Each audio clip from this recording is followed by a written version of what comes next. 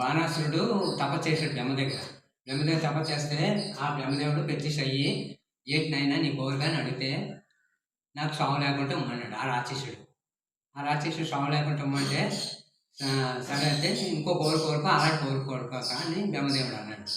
సరే అని అయితే నన్ను కన్ను చంపాలని వరం ఇమ్మన్నాడు. కన్ను చంపాలని వరం ఇస్తే బ్రహ్మదేవుడు సరే ఇచ్చానులే అన్నాడు. ఇచ్చానని చెప్పిన తర్వాత ఇంక వెళ్ళిపోయిన తర్వాత ఏమో ఇష్టముద్ద అయితే వచ్చి చెప్పాడు బ్రహ్మదేవుడు, ఇలా రాక్షసుడికి వరం ఇచ్చాను, మరి కన్ను చంపాలని వరం పొందుకున్నాడు అని చెప్తే సరే నేను చూసుకుంటానని ఇష్టముడు తగలడట. ఆ ఇష్టముడు తగగానే ఈ శివుడు ఏం చేశాడంట, తెల్లారిపోతే నేను పెళ్లి చేసుకున్నాడట. కన్యాకుమారిని ఏమో అక్కడ ఉండమన్నాడట. తమిళలోను కన్యాకుమారి ఉంది కదా, ఆ కన్యాకుమారిని ఉండమన్నాడట. నేను వస్తాను పెళ్లి చేసుకుందాం అన్నాడట. అని తర్వాత ఏమో ఈ శివుడు ఏం చేశాడు, తెల్లారిపోతే పెళ్లి చేసుకున్నాడట. తెల్లారిపోతే పెళ్లి చేసుకుని అన్న తర్వాత 3 గంటలు కదా తెల్లారి కదా ఇప్పుడు పెళ్లి చేసుకుందాం వెళ్దామని అనుకున్నాడు. ఇంకేముంది 12 గంటలకే దొంగకొడుకు వచ్చాడు నారద. ఈష్టమూర్తి నారదను పిలిపించి 12 గంటలప్పుడు దొంగకొడుకు వచ్చాడు. దొంగకొడుకు వచ్చేస్తే తెల్లారిపోతే అనుకొని శివుడు వెళ్ళ మనిషి ఇక్కడ ఉండిపోయాడు. ఇక్కడ ఉండిపోతే ఆ కన్యాకుమారి అక్కడ ఉంది.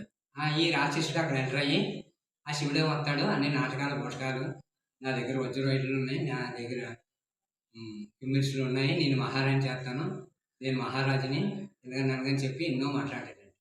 ఆ మాట్లాడితే సరే అని ఈ ప్రేమించిన రాలేదని కోపం మీద ఏం చేసింటే 5 అయినా రాలేదు. ఈయన తెల్లారి 5 అయిపోయింది. అప్పుడు ఇంకేముంది పొడిచేసిందట ఆ రాక్షసుని.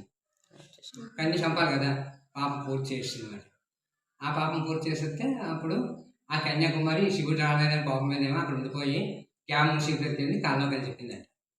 అందుకని తెల్లారుజామున కళ్ళు 3 గంటలకి 3 గంటల తర్వాత కళ్ళు నిజం అవుతాయి. 3 గంటల లోపు అయితే కళ్ళు నిజం అవ్వవు. అప్పుడు చెప్పగానే నేను వాళ్ళందరినీ ఎక్కడ వెళ్ళిస్తాను, నా గుడి కట్టాను, ఇక్కడ కన్యాకుమారిగా వెళ్ళిస్తాను. అప్పుడు అక్కడ కన్యాకుమారిగా ఇక్కడేమో సంగమేశ్వరుడు ఉండిపోయాడు. అందుకని సప్పడిపోవడం వారానికి ఒక్కరోజే సోమవారం పూట అది ఉప్పులేని భోగం. మళ్ళీ వారం వల్ల ఉపవాసమే, ఇంకేం పెట్టం ప్రశ్న అంటే ఒక్కరోజే పెడతాం. వారానికి ఒక్కరోజే భోజనం,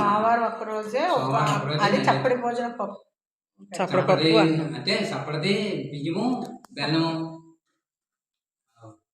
పప్పును పెసరపప్పును అంటే 3 రకాలే, పప్పు బియ్యం బెల్లం. అది కిచెన్లాగా వండేస్తాం అన్నమాట. కిచెన్లాగా వండేసి అది పెడతాం.